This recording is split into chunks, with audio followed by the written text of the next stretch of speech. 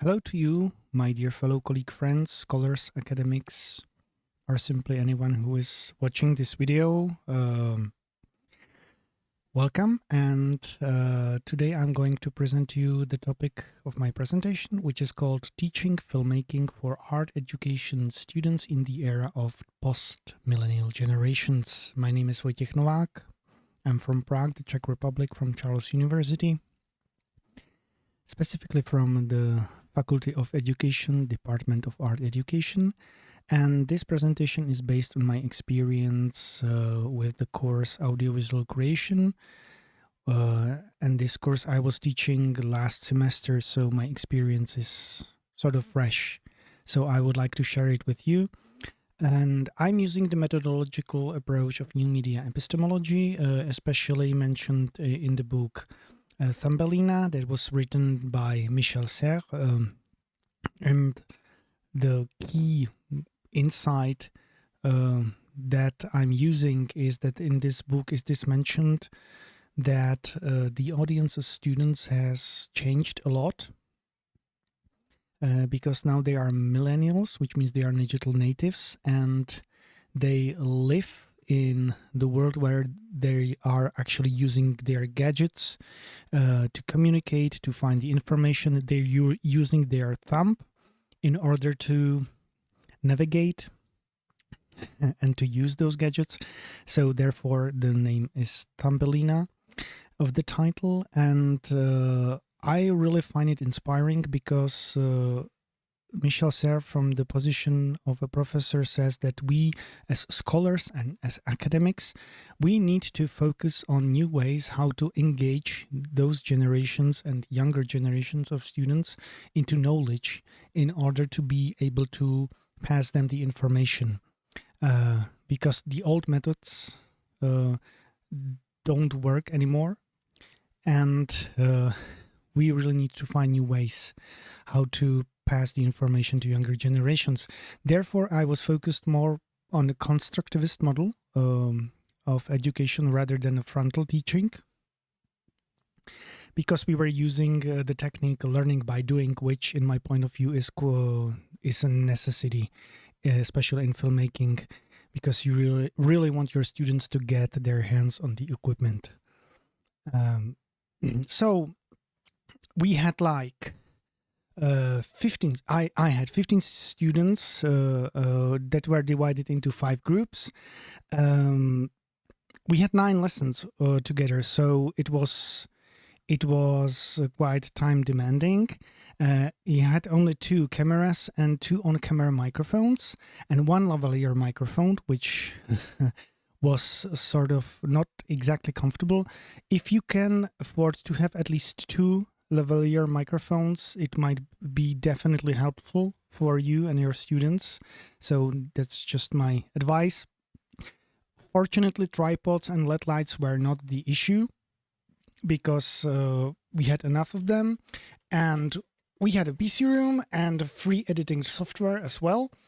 And I used, as a free editing software, I have actually used DaVinci Resolve, which is something I recommend because it's amazing software that definitely, the basic version that is free definitely fulfills the need. Any student can download it, no problem with it. And all of my students were art students who were experienced in art, like painting and drawing, but most of them, they were the beginners in terms of the filmmaking.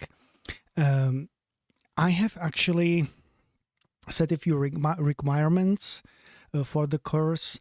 I don't want to read it word by word, but my goal was to produce something practical in the end of the course, which means to produce 3 to 5 minute long video that is going to be available with English subtitles, so that occasionally we could go, or eventually we could go international. This was my goal, and they need to fulfill all these conditions that are mentioned here. At least the video was demanded to be in full HD, ideally in 4K, and they were also demanded to provide a thumbnail, which was not a problem for the students at all.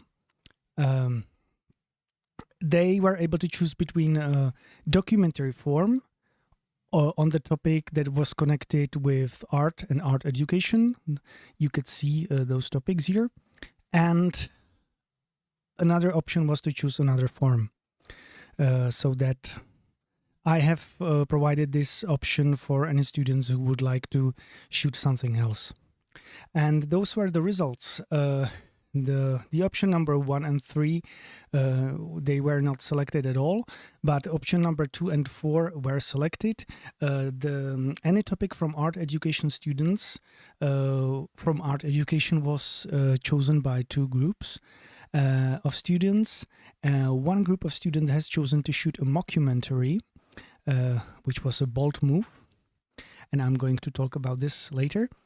And 2 groups have chosen the other form. I mean, one of them has chosen to shoot a documentary as well, but it was not a documentary that was connected with the topic of art education. It was connected with geocaching. And the last group has chosen to shoot a music video, which was a brave move as well. And I was actually lucky they have chosen to it, or happy, sorry, not lucky, but happy, because I was kind of interested whether they will be able to handle it or not. So this was the setup.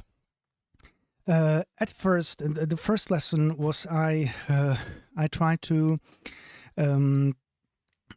explain them that the composition and framing is basically the same, that they're using the same principle, like when they're drawing or painting, they want to put those principles onto the screen as well. So this was my way how to make them comfortable, not to be afraid to use the camera and the technologies. I have also put some reference into exposure triangle because some of their students were familiar with the photography as well. Except it is basically the same, except the fact that you can't change the shutter speed during shooting with the camera, because otherwise you would change the way how the movement looks like. So you need to set the shutter speed according to what sort of degree shutter you're using and frames per second you're using as well. If you are interested about how 180-degree shutter works, how frames per second and relation to slow motion works, I definitely hardly recommend you to Google it or to search for this information. It would be a topic for another presentation, and this is not the issue in this case. So I'm going to focus myself on pedagogy, but just for the beginners, if you use 25 frames per second and 1/50th of the shutter speed, you should be fine. This is the way how your image is going to look the most natural way, I would say, because it fulfills the standard. I had to explain them the log shooting, that they need a circle variable filter in order to manually change the exposure while using the camera. And I had to explain the several microphone types that we are going to use, and why to use a tripod. I hardly recommend for the beginners to use the tripod. It may seem boring, maybe a little bit, but on the other hand, this is, in my point of view, the best way how to start. It helps you to stabilize the image, and it helps you not to do too much, which is a common mistake for the beginners. They have a tendency to do too much with the camera. It is best to focus on the action front of the camera, not with the camera. I mean, camera movement is fine, it's perfect, and got nothing against it, but it has to be motivated. I have the next lesson. I have shown them the video of Casey Neistat's guide to filmmaking, where he says that gear doesn't matter, and the story is the most important part, which is something that I agree with to a certain point. Luc Forsyth says that gear matters to a certain point, so I agree with this too, and maybe even a little bit more. And there's another guy that I've mentioned, Mark Bone. Luc Forsyth and Mark Bone are the authors that I have mentioned during the course, and that I highly recommend you to check out in case you're interested about anything that is connected with documentary filmmaking. So and why to use documentary? I honestly think that using documentary is very good for beginners. it is easier, not easy, but easier for beginners, and they could know how to learn, storytelling, how to construct the scenes and stuff like that. And it is based on the authenticity, which is amazing, especially in the age of artificial intelligence. So we had 2 cameras, and so I simply, for the sake of this lesson, made the decision to divide the students into 2 groups to generate some shootings on the topic, which was called The Life of the Department of Art Education. I wanted them to fail, I wanted them to make mistakes, so that we could talk about what went wrong and why, and how to make it better. And I have done it. I have done it while I was explaining the editing software, basically step by step, with all the aspects from point A to the final rendering, from point A to point Z. I have let them read something interesting, especially this one, the chapter about the documentary filmmaking. This book, by the way, was translated by Jan Svirák, who is an Oscar-winning Czech director, so that you know. I have also focused myself to explain to them the axis rule in film and when to break it. For this example, I have used the scene from the movie Jaws, where Matt Brody sees the shark for the first time.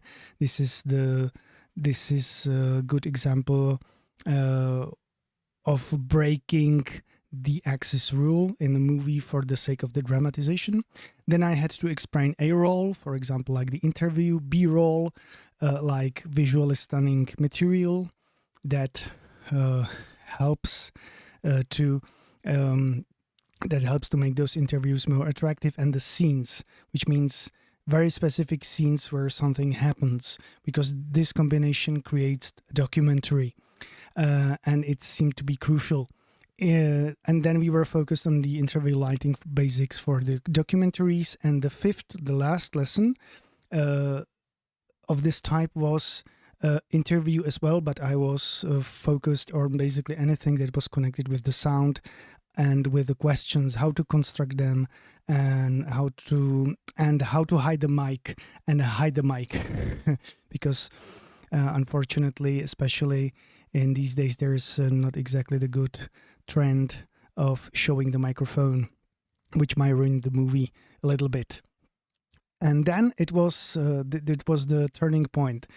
Then after these lessons, the students knew how to produce, what to do in order to produce that film. And then there was a time for them to be proactive, and it was a very crucial time, and it was very hard for me to explain to them, now it's really your turn, you need to be proactive, you need to use the rest of the time of the course to produce that material. I want to see the results before the deadline. So this was my way how to keep pushing them forward, using the method learning by doing.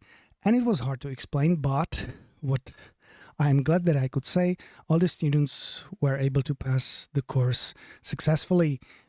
So this was the first video. The name of the video, Why is Art Education Important? It was shot by these authors. And those are the screenshots from the video. This is one of the students. Those are my colleagues, Magdalena and Helena. And yeah, this is me. And I honestly think that this is probably the video, in terms of technical quality, this was probably the most successful video, like in terms of the technical quality, but there were some issues, especially in storytelling, because like I said before, A-roll, B-roll, and scenes, they had A-roll based on the interview, they had B-roll in terms of a visually stunning material. Unfortunately, they have forgotten, or they didn't have any scenes, so it could have been even better. But I'm still satisfied with the quality itself, and I think they have produced quite a good quality video. The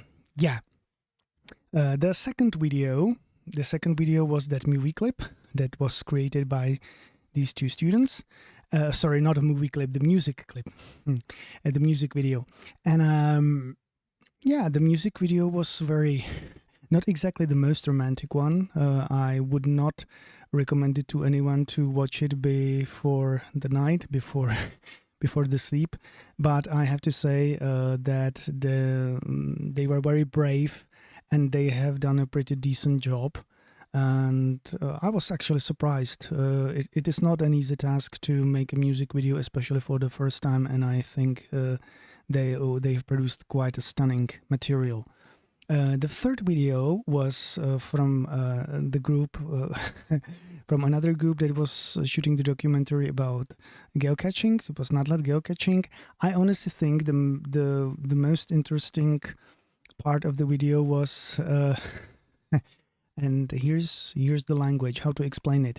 Because anyone who is into geocaching is called geocacher, which reminds the Czech word kačer, and which is the male duck, drake. So Kačer, Sebastian, who was playing the kačer, he actually, when he was talking in the video, he was producing the sounds of the drake, which made it quite interesting, and it was a very interesting creative part of it, and it was not annoying over a time. So I think they were able to work with this motif quite well, and it was a refreshing part of the overall story. Another story was from the artistic point of view. It was Where Is My Muse? That's the video.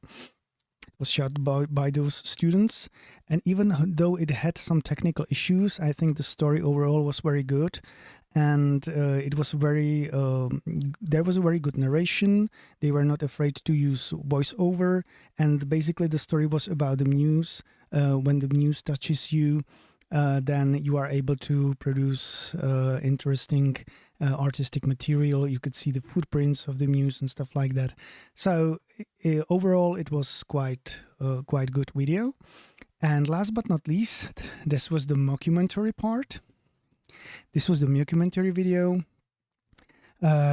maybe the most punk style video that had a few issues in terms of technical quality, but on the other hand, the story was very good. It was very entertaining.